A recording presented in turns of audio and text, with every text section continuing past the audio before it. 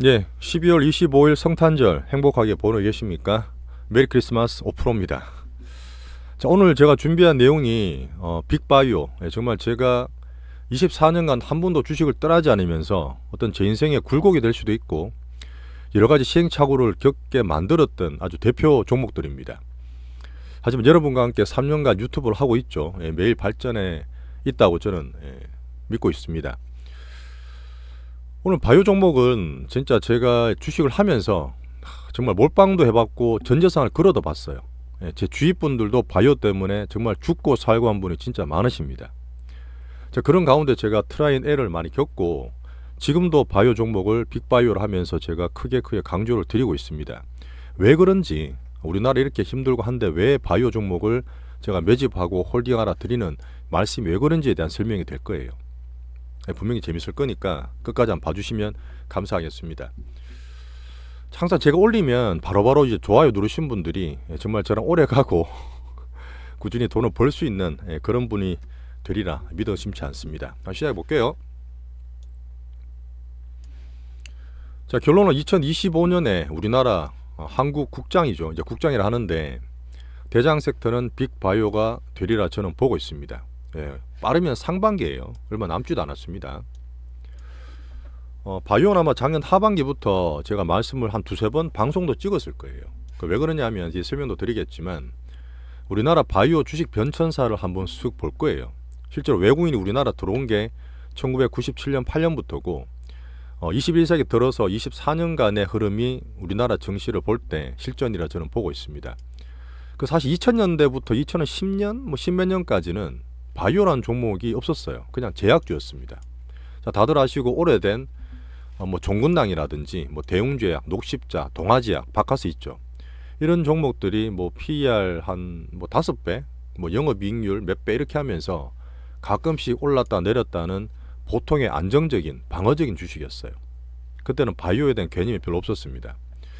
자, 제가 뒤에 있다가 지금 보여드릴게요. 미국의 헬스케어를 대표하는 테마가 섹터죠. ETF가 XBI랑 IBB인데 자, 건강에 대한 흐름은 예전에 2000년 초반에 아시겠지만 그때 뭐 힐링이다 이런 얘기 처음 나오면서 건강 관심이 꾸준하게 글로벌로 다 커지고 있어요. 실제로 근래 들어서는 아시아에서 초고령화가 엄청나게 빨리 진행되고 있죠. 그런 면 때문에라도 관심을 다 가지고 계실 겁니다. 자, 미국의 대표적인 헬스케어 한번 볼게요. 얘도 한 20년 정도 됐는데 미국의 헬스케어 섹터가 지금 다들 아시는 뭐 화이자라든지 뭐 존슨앤존슨 많으실 거 아니에요. 이렇게 전체 ETF가 쭉 올라가다가 2007년은 별로 못 올랐네, 그죠? 2010년도부터 올라가서 2014년 15년에 한번 슈팅을 크게 합니다. 이때 전반적으로 글로벌 헬스케어 건강에 대한 흐름들이 엄청나게 관심이 많았을 때예요. 자, 그리고 2015년에 글로벌적인 악재 때문에 같이 떨어지고 출렁출렁 거리지만 어쨌든 많이 올라갔던 상방 추세였어요. 근데 지금 보시면 다들 아시는 2020년에 글로벌의 온갖 초호황 버블 코로나 때문에 그때는 더 올랐겠죠. 슈팅이 제대로 된 이후에 급락을 합니다. 여러분 말씀드렸지만 이 버블이 있은 후에는 반드시 이렇게 빅밤 큰 급락이 오게 돼 있어요.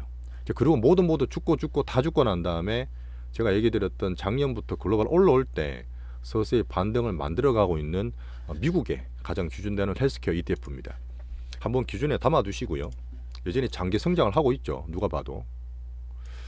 자, 우리나라를 보겠습니다. 우리나라는 뭐 제약 섹터를 말씀드려도 되는데 한번 코스닥을 보여드릴게요. 왜 바이오는 코스닥은 우리 개인들이 좋아하니까 코스닥을 먼저 잠깐 말씀을 드리면 자, 이 코스닥의 20년 차트 가끔 말씀드렸던 건데 야, 코스닥을 보시면 자, 이 닷컴 버블 때 그 마지막 그 재벌집 막내 아들 낳았던 그 온갖 수백십 배 수백 배 낳았던 걸 그냥 빼고 볼게요. 그녀까지 코스닥이 아주 잔잔했습니다. 잔잔하죠. 잔잔발이었다가 제가 말씀드렸던 2015년부터 간접펀드 안 할래, 이제는 개인들이 주식을 직접 해볼래라고 컸던 우리 개인 수급이 커지는 한 해가 2015년에 말씀드렸습니다. 자, 코스닥 보시면 어쨌든 개인 수급이 7, 80% 들어있기 때문에 등락이 되게 심하죠. 죽기도 많이 주고 살기도 많이 사는데 2015년에 한번 올랐던 시기, 이 사이클이지 않습니까? 올랐다 빠졌다가 2017년에 또 올라가요. 17년에 뒤에 좀 올라가고, 맞죠? 그 다음에 또 떨어졌다가 2020년 코로나 온갖 게 다 갔을 때 버블이 생기고 엄청 올라갔습니다. 또 떨어졌다가 작년에 아시겠지만 올랐다가 빠졌다가 올해 이렇게 박살나고 있어요. 이 사이클이 보이시죠? 15년, 17년, 20년, 23년 기억해 두시고, 이럴 때 개인 수급이 괜찮았고 돈을 많이 벌었고 대장주, 주도 섹터가 생겼겠죠. 자, 이렇게 보면 2015년부터 펀드 세태가 되고 개인들이 시작을 하면서 그때는 없었어요. 예전 없던 에로. 갑자기 에로가 뭐지? 지금 다들 아시잖아요. 마일스톤이 어떻다, 로얄티 어떻다 다 계산하고 계시겠지만 2015년에 에로라고 말하면 되게 있어 보였어요. 제가 어떻게 보면 바이오 주식을 처음으로 투자했던 때입니다. 야, 에로 됐대. 그러면 투자했던 기억이 나는데, 자, 그때 정말 잘 갔던 거는 찾아보시면 됩니다. 한번 설명 다 드렸는데, 셀트리온 상장된 이후에 셀트리온이 10배 정도 났어요. 2015년에 한미약품, 한미사이언스가 어디에다가 2조 원의 에로 기술 수출했다. 10배, 15배, 20배 올랐습니다. 자, 코론생명과학 다들 아시겠지만 무릎 안 좋은 분 어르신한테 인보사도 많이 하고 있었어요. 그 뒤에 온갖 얘기 좋다 안 좋다 별로 얘기 다 났는데 이젠 상장 폐지됐습니다. 코론 티슈는 없잖아 지금, 그죠? 그렇게 온갖 진짜 버블과 진짜 그 눈물의 골짜기를 만들고 신호애락을 만들었던 그런 바이오 종목들이 있습니다. 물론 살아남고 지금 괜찮은 것도 있어요. 한 2015년에 에로가 나오고 수배씩 났던, 수배가 만들었던 대표 종목들이었습니다. 저는 그때 개인적으로 루트로닉을 2014년부터 투자를 해서 2015년에 전통 바이오는 아니죠. 헬스케어고 이건 얼굴에 하는 이제 그 피부 관련 의료기기인데 지금 상장 폐지됐습니다. 그건 자체 상장 폐지됐는데 얘를 한 8,000원에 사서 한 1년 갖고 있다가 10배 났던 기억이 있어요. 야, 돈 많이 벌었겠다. 자, 그 비보존도 2015년에 지금으로 따지면 한 1,000원, 2,000원 때부터 비상장제 투자를 시작했습니다. 이거 두 개를 들고 제가 회사를 사실은 나왔어요. 2016년에 그만뒀는데 이때는 제가 몰빵을 쳤습니다. 너무너무 좋아 보였거든요. 그리고 내가 공부를 정말 열심히 했어요. 혹시나 지금 어느 한쪽에 빠져있는 분 좀 들어보세요. 저는 의사들한테 설명할 정도로 공부를 열심히 했습니다. 비보존도 그때 비상장을 제가 오래 했기 때문에 정말 자신 있었고요.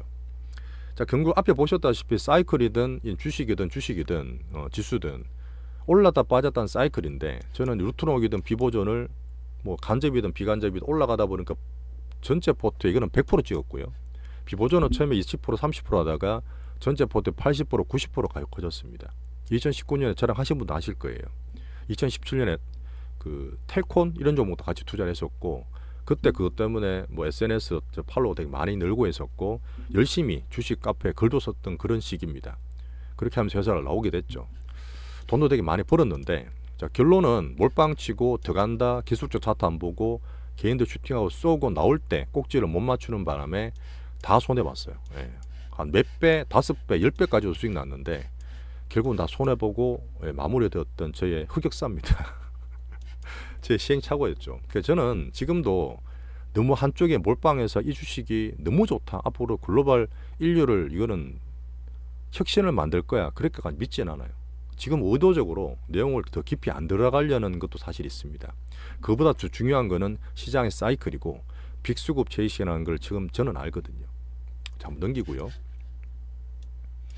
자, 그 다음 방금 말씀드렸던 2017년에 또 왔어요. 올랐다 빠졌다 사이클이죠. 17년에 왔는데 그때는 문통이 되고, 이유가 이제 2016년 말에 박근혜 대통령이 탄핵됐던 시기고 남들 다 죽고 있을 때, 그 다음 2017년에 바이오와 대북조 관련 테마가 날아갑니다.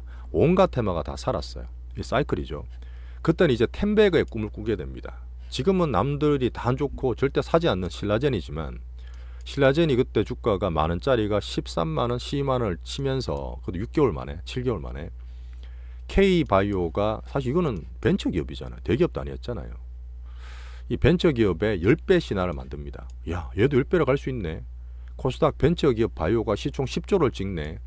그런 기억이 아주 트레이드 마크처럼 박혀있죠. 물론 지금은 절대 하지 않습니다만은, 그땐 신라젠이 사람들이, 의사분들도 다 들어갔어요. 제 아는 분도 들어가서 신라젠 너무 좋아, 간암을 치료된대, 뭐 일상인데 사람이 완치가 됐대, 뭐 별별 얘기 다 돌았죠. 끝나는 망했습니다. 자, 그때 삼성바이오도 상장을 시켰어요. 2016년 말에 같이 상장을 했는데 그때 주가가 10만원이었습니다. 그때 되면서 온갖 이야기 다 있었죠. 너네들 상속 정역 그런 식으로 꼼수하다가 지금도 지금 뭐 재판 과정이 있는 걸로 아는데, 그런 어려움을 거치면서 삼성바이오는 퍼가 적자가 수천억이었다가 퍼가 1000까지 뛰었어요. 10만원짜리 상장하고 2017년도 그 해에만 5배 올랐습니다. 5배 올랐죠. 국민연금 그렇게 말하더라도 국민연금 갖고 있는 지분은 5배나 수익이 났다는 얘기죠.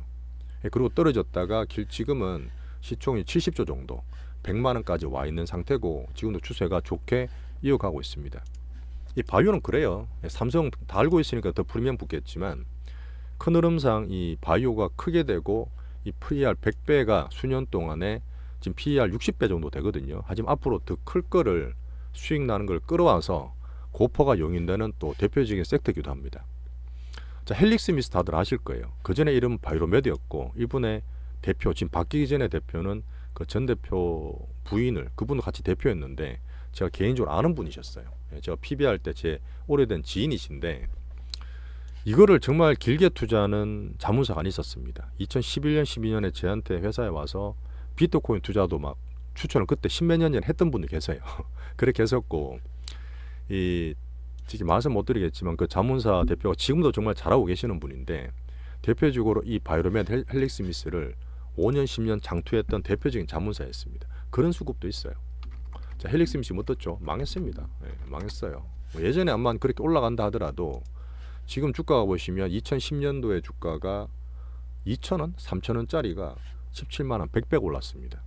이 사이클상 15년 한번 뛰고요. 또 꺼졌다가 17년 한번 뛰고요.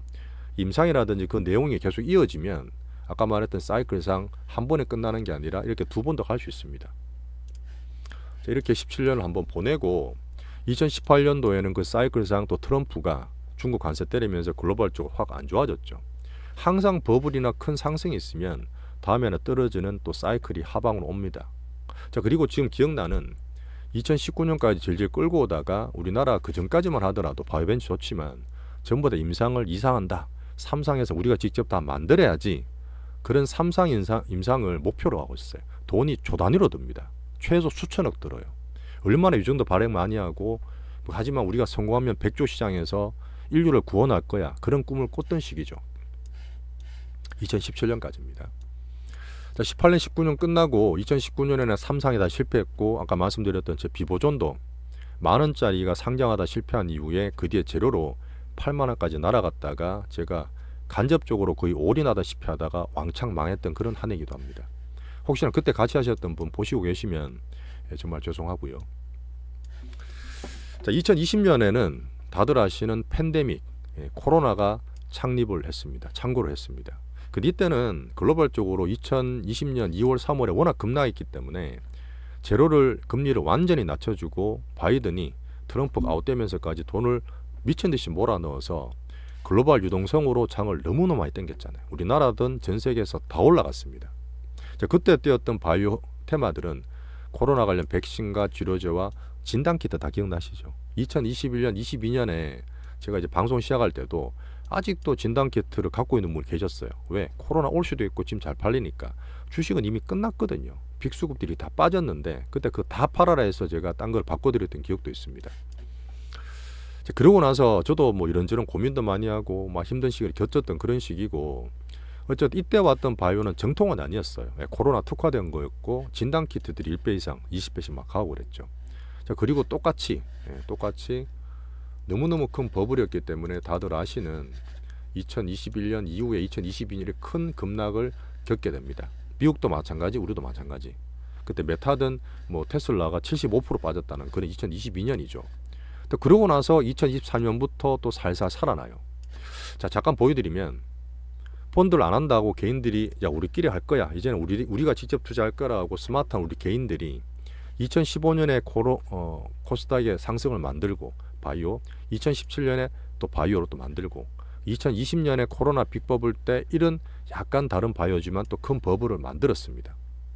저또 보면 이 뒤에 뺀 이후에 코로나 개인들 수급 위주로 갔던 코스닥이 올라갔던 15, 17, 20년, 23년에 바이오 다 갔어요. 근데 작년에 바이오 갔나요?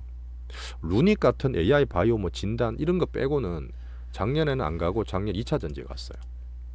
자, 그래서 작년에 바이오가 아니고 2차 전지가 갔는데 당연히 우리나라 올라가고 코스닥 올라갈 때 왜 바이오 안 갔지 하면 저도 바이오로 봤지만 저는 실전적으로 2차 전지를 돈이 들어간 걸 보고 있기 때문에 저는 상반기 2차 전지 베팅을 했습니다. 그래서 실제로 에코프로 15배까지도 갔고 꼭대기도 거의 다 팔았어요.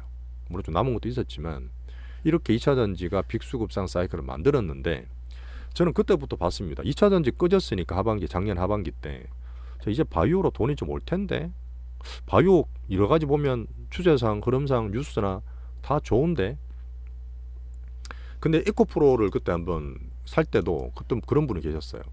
이미 10배 났잖아 2020년도에. 2020년도 다 올라갔으니까. 근데 아까 바이오메드도 말씀드렸지만 추세가 살아있고 빅수급이 빠지지 않고 다시 들어온다든지 갖고 있는 임상이나 어떤 그런 기전이 괜찮다면 두 번, 세 번 사이클도 만들 수가 있어요.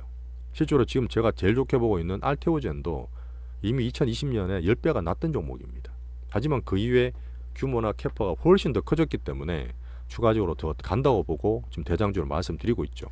그거는 이 사이클상 바이오가 같다 한다 하지만 실전으로 보는 빅수급 체이싱입니다. 결국은 돈을 따라가는 거예요. 저는요. 빅머니들을. 자, 방금 얘기했던 건 큰 흐름상 우리나라의 수급이나 사이클을 잠깐 말씀드렸고 제 개인적인 얘기겠지만 글로벌 쪽으로 한번 보겠습니다. 아까 처음에 XBI와 IBB를 잠깐 보여드렸어요. 근데 지금 설명을 좀 한 번에 드릴 텐데, 자, 미국 SBI랑 IBB가 이 정말 초버블 2020년에 코로나 버블 이후에 필연적으로 겪게 되는 이 빅밤, 큰 급락을 겪었습니다. 개인들은 물리고 다 터졌을 거 아니에요. 그렇게 하면서 2022년에 살짝 바닥을 다지고 작년부터 회복세에 올라오고 있습니다. 올라오고 있죠, 이렇게. 그래서 저는 작년부터 바이오에 관심을 더 가졌던 거고, 하반기부터 이런 방송 내용을 바이오 두세 개를 영상을 찍었던 적이 있습니다. 그러다가 이렇게 조정바가 잘 올라가죠. 근데 보면 9월부터 살짝 꺾여요. 올라가고 다시 올라가야 되는데 9월부터 살짝 꺾이고 11월 달에 등락 있고 10월 달 한 번 더 빠졌습니다. 이게 왜 그런지를 말씀드릴게요. 여전히 추세는 살아나고 회복된다 저는 보는데, 금리가 일단 인하를 하죠. 실제로 9월 달에 미국에서 첫 금리를 인하했습니다. 그 전까지만 하더라도 야, 물가 때문에 안 돼. 하이어 포 롱거야. 그러다가 금리를 인하하고 나서, 물론 그 전에 선반영된 부분이 있기 때문에 금리가 고금리에서 인하기로 가게 되면 성장이나 어떤 매출의 미래를 볼 수 있는 이 성장 섹터가 훨씬 수혜를 많이 받는 거 아시죠? 그래서 대표적으로 AI나 빅테크가 제일 잘 가고 있는 거고, 두 번째 가장 또 대표적인 헬스케어 바이오가 금리 인하될 때 큰 수혜를 받는 대표 섹터입니다. 근데 지금 어쨌든 출렁거림은 있지만 이 가장 큰 매크로 사이클이 미국의 금리가 덜 빠진다지만 중금리라지만 금리 사이클이 하락으로 가고 있어요. 그런 면에서 계속 헬스케어를 봐야 된다 말씀드리고, 자, 짧게 봤을 때 9월 달에 살짝 조정받고 11월 출렁 이러고 있는데 왜 그랬냐? 9월 달에 말씀드렸던 선반영 금리나 FOMC도 있었지만 트럼프가 될 것 같다고 정시에서는 이미 9월, 10월부터 트럼프로 많이 몰렸잖아요. 그죠? 근데 트럼프가 되게 되면 지금 다시는 정책들이 금리와 달러를 밀어 올릴 거야. 이런 거 되게 많이 고민되고 실제로 금리도 올라가 있지 않습니까? 그런 면 때문에 집중되어 있는 AI 쪽은 같지만 헬스케어가 살짝 꿈쩍거리고 있었어요. 그리고 나서 11월 달에 트럼프 된 이후에 온갖 내각들을 조정하고, 또 11월 달에는 보건부 장관을 백신을 정말 싫어한 괴짜인 케네디 주니어를 지금 지명을 하면서 한번 단기 충격을 받았습니다. 그리고 금리가 또 막 올라가 있잖아요. 4.6까지 10년물이 올라가 있으니까 지금 살짝 등락을 거치고 있는 상태입니다. 추세가 꺼진 건 아니에요. 크게 올라가는, 왜? 큰 버블 이후에 2022, 23, 24 회복과 반등을 보고 있는 추세라 보시면 돼요. 자, 그리고 지금 2023년에 그 빅팜, 그 국제적인 제약사들 매출 중에 나오는 그런 식품들, 제약품들 있잖아요. 첫 번째 뭐 키투르다다, 릴리다, 뭐 듀피전다 말씀을 드렸지만 이런 것들이 향후적으로 10년, 20년, 30년 들고 있던 특허 만료 기간이 2030년까지 만료가 되게 많이 돼요. 수치에 나와 있습니다. 이건 공부하시면 와식 되는데 평균적으로 2030년까지 지금 정말 잘 팔리는 그런 제약들의 38% 정도가 곧 특허 만기가 돌아와요. 이 빅팜들 입장에서도 뭔가 대책을 마련해야 됩니다. 가끔 제가 우리 종목에 대해서 빅팜과 연계를 말씀드릴 때 특허 문제, 특허 이슈 되게 많이 나오죠.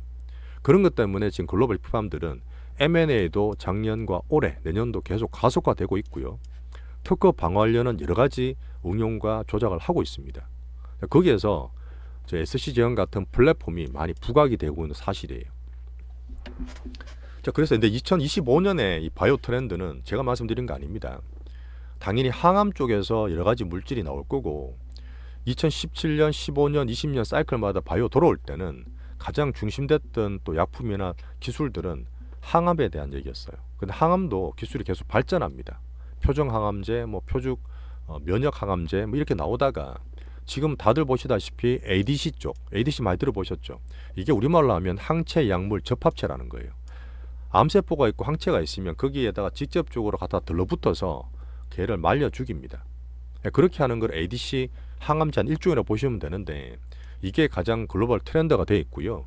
이거를 응용하고 특허를 연장하고 하기 위해서 지금 뭐 머크의 키트로다 SC 제형을 알테오젠과 한다. ADC 쪽에서 붙어서 SC로 한다. 그렇게 하면서 계속 플랫폼 확장을 시키면서 빅팜들이 노력하고 있는 겁니다. 이거는 글로벌 트렌드예요. ADC랑 응용과 확장은. 자, 거기에다가 작년 올해까지 이 비만약 트렌드가 글로벌을 강타했습니다. 자, 노보노디스크, 그 다음에 그 일라릴리 다들 다 들어보셨죠? 위고비도 우리나라에 들어왔고 마운조라 같은 거 지금 우리가 또 하고 있는 거 있고 물론 걔들 주가 2, 3이 올랐기 때문에 일랄릴이나 그 노보노디스크는 살짝 꺾였다 보지만 그 외의 비만약에 대한 이 만병의 구린 비만약이 온갖 질병과 기전에 다 효과 있는 거 아시죠? 꾸준하게 할 수 있습니다. 우리나라 지금 들어왔기 때문에 저는 내년 하면 더 히트를 더 칠 것 같은데 이런 패턴을 글로벌적으로 바이오 쪽으로 보고 계셔야 돼요. 자, 그리고 금리 인하기의 어떤 성장을 보는 가장 대표적인 게 빅테크와 빅팜, AI 쪽 기술력과 지금 바이오를 말씀드리고 있는데 지금 빅테크나 AI 빅뱅 쪽으로 물론 더 갈 겁니다만은 정말 많이 쏠려 있는 거 보이시죠? 돈도 그렇고 주가도 그렇고. 근데 지금 오히려 미리 조정을 살짝 받고 행보하고 있는 이 바이오 헬스케어 섹터가 충분히 저는 보완이 될 수 있다 봅니다.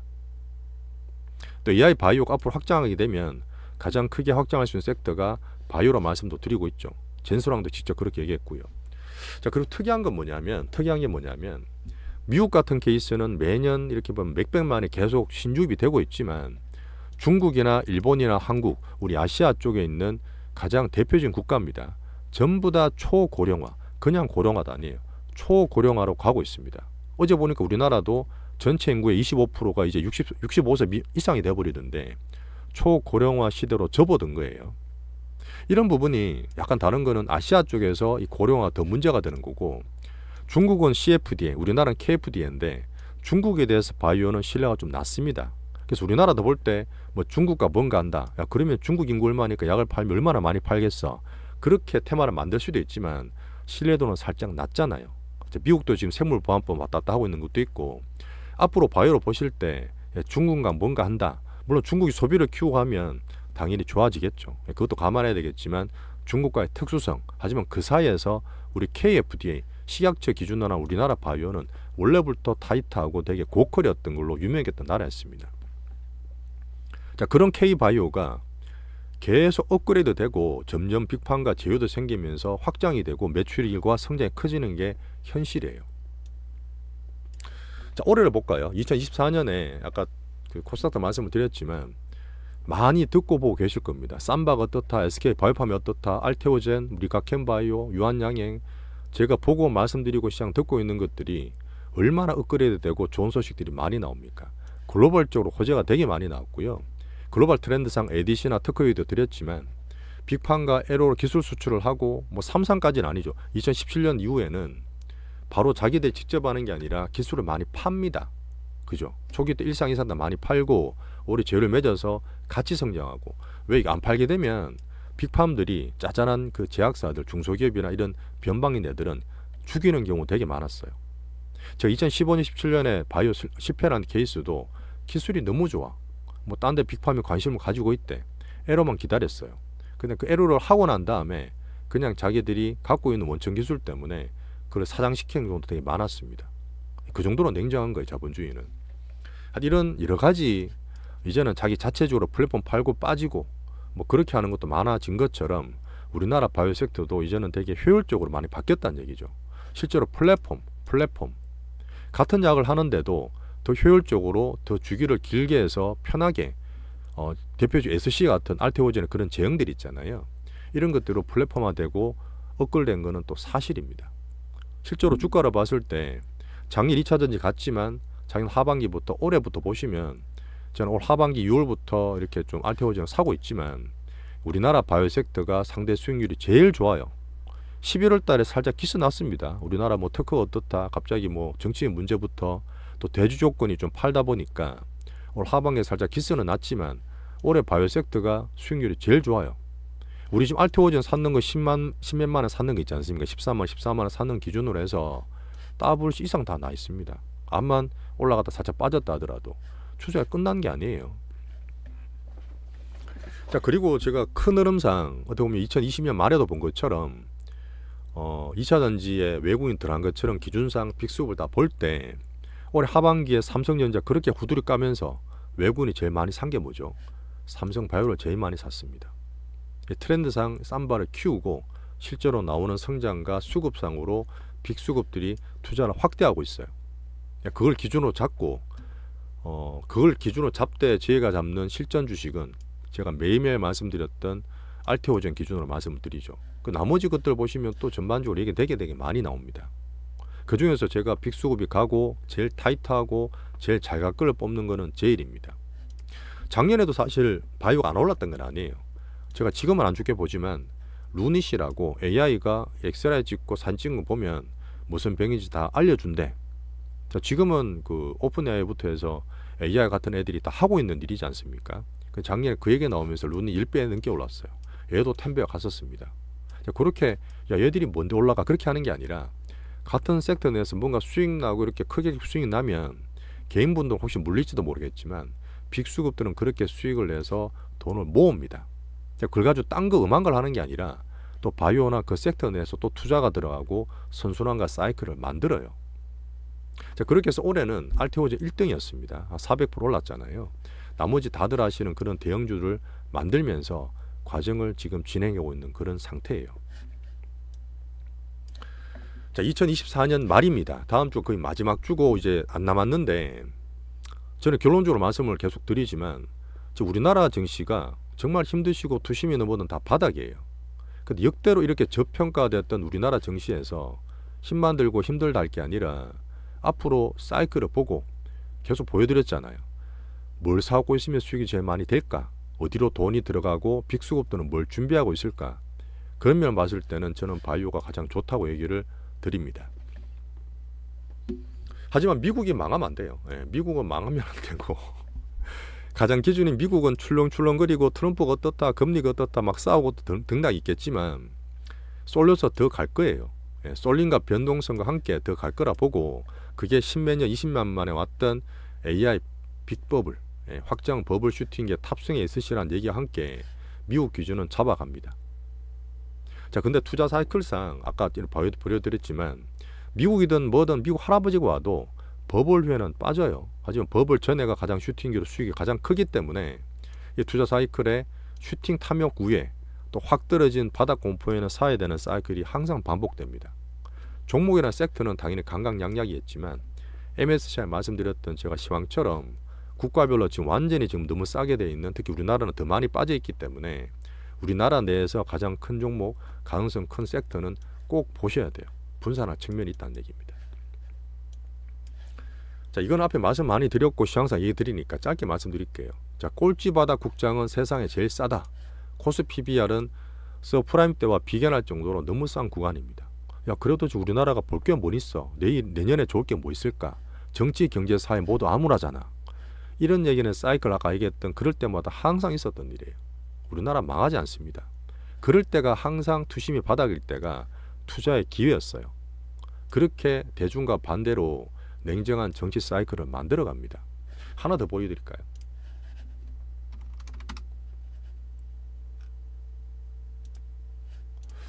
제가 그저께 시황인가 소비자 심리지수가 우리나라 역대로 안 좋다. 자, 송년회도 하자는 얘기도 한번 드렸는데 자, 보시면 지금 2024년 12월 달에 비상계엄이다 탄핵이다 너무 안 좋잖아. 정치가 너무 짜증나잖아요. 근데 소비자 심리지수입니다. 이거는 나오는 공식 지표인데 이 지표가 지금 거의 바닥까지 떨어져 있어요. 오히려 박근혜 탄핵 때보다 더 떨어져 있고 코로나 이후에 3, 4년 만에 처음으로 심리가 최고 바닥입니다. 자, 근데 작년에 9월 10월이에요. 금리가 10년물 금리가 5% 간다 했을 때 금리 발작 났던 작년 9월 10월 그때도 소비자 심리가 바닥이었다가 올라갔죠. 코로나 때는 다들 당연히 그랬겠지만 너무 힘들었고요. 그래서 서프라임 2008년입니다. 100년 만에 왔던 금융위기. 이때도 그랬죠. 근데 그런 거 빼면은 지금이 최고 낮아요. 지금보다 조금 더 떨어져 있을 겁니다. 근데 웃긴 게 뭐냐, 이게 지수가 아니에요. 우리가 보는 소비자고 우리 국민들 소비하시는 분들은 다 주식하는 분들은 아닙니다. 근데 이 소비자 심리 지수가 항상 증시 바닥과 똑같이 나와요. 자, 여기서 단순하게 보면 야, 증시 올라가면 소비 심리 올라가겠네, 이렇게 단순하게 해석할 수도 있고, 정말 정책적으로 안 좋지만 결국은 전 세계에서 중국이든 일본이든 유럽이든 다 정시에 부양하고 경기 부양할 때 정시를 건드리는 이유는 정시가 올라가면 소비 심리가 올라가고 내수가 올라갑니다. 자영업자가 정말 힘드시잖아요. 그게 도움을 줄 수 있는 실질적인 경기 부양 정책이라는 얘기입니다. 자주 말씀드렸어요. 이거는 그냥 정치에 대한 지표가 아닌데도 심리가 정시와 함께 움직인다는 걸 보여주는 명백한 증거예요. 앞으로 정치가 정말 똥망이 돼 있지만 저는 경기 부양책, 민생 관련 정책에 당연히 정시가 반등과 주면서 같이 올 수 있는 그런 정책을 쓰리라 저는 보고 있습니다. 그래서 이렇게 안 좋았을 때 꼭 정시가 투신과 소비자 돈도 안 쓰고 할 때 정시는 항상 귀했다는 얘기를 한 번 더 설명을 드리는 거예요. 자, 근데 꼭 돈이 몇 억 필요한 부동산 들어가지 마세요. 부동산은 내수 전체이기 때문에 지금 짧은 사이클 정시로 들어가는 게 훨씬 낫다는 얘기를 또 드리는 겁니다. 자, 그 다음에 제가 항상 말씀드렸던 빅수급, 빅수급입니다. 빅수급은 제가 1990 몇 년에 미국 들어오고 그 외국인 우리나라 처음으로 들어왔잖아요. 그 다음부터 항상 우리나라를 등락 만들고 왔다 갔다. 왜? 우리나라가 항상 개인 회전율이 제일 빠르고 레버리지 너무 좋아하고 어디 가도 티난다는 얘기를 제가 자세하게 설명드렸습니다. 그럼 우리나라 국민 특성을 외국인들은 절대 버리지 못해요. 세금도 없이 선물 옵션 파생 이렇게 크게 수익 내는 데는 이런 데 없어요, 우리나라가. 자, 그래서 지금 2024년에 한 번도 없었던 1년, 2년 만에 꺾였던 우리나라 반도체가 빨리 조정을 받았죠. 미국이 AI 버블과 확장이 더 키우고 살아있죠. 다시 외국인 수급과 한국 반도체의 반등을 저는 보고 있습니다. 이 기준을 잡자고요. 그 다음 대형 바이오가 3.8 때 오히려 쌈바 샀는 것처럼 바이오도 얘들은 키우기 위한 큰 흐름이 들어와 있습니다. 자, 실제로 그럼 뭘 살래? 뭐 쌈바다 SK 바이오도 괜찮겠지만 지금 봤을 때 가장 실전적으로 우리 개인들이 할 만한 주식은 우리 국장의 특장점 뭐죠? 항상 남들보다 이 사이클이 돌아오다 보니까 좋을 때 대장주 빅수급주 갖고 있으면 몇 배씩 나요. 몇 배씩 납니다. 올해 알트오젠도 3배 4배 나 있잖아요. 끝난 건 아니고 들어갈 거라 보지만 이런 빠른 시간 몇 개월 만에 수배어가는 우리나라만의 특장점, 이 수백을 만들 수 있는 걸 이용하자는 얘기예요. 이 사이클에서 2015년 이후에 사이클 17년, 20년, 23년 한 번도 바이오 빠진 적이 없어요. 근데 작년에 바이오가 빠졌는데 그게 지금 돌아오고 있다 저는 보는 겁니다. 근데 4년 만에 돌아온 건데 더 업글이 되고 더 좋아졌네요. 자, 그리고 제가 말했던 빅수급 체이시 증상 이미 돈들이 움직이고 거기 들어가 있는 걸 저는 보고 있습니다. 이건 제가 보는 부분이잖아요. 하지만 지금 내년에 금리가 확 빠지지도 않고 수급이 서학금이 빠지고 코인으로 빠지고 좁아요. 하지만 예탁금이 넘어든 기준은 다 잡힌 상태에서 자잘하고 뒤에 있는 것보다 빅팜이다 하고 확실히 돈이 커질 수 있는 그런 종목으로 더 선택과 차별이 될 겁니다. 제가 항상 말씀드린 종목 내에서 분명히 나올 거라 보고 그거를 선택 집중을 저는 하고 있어요.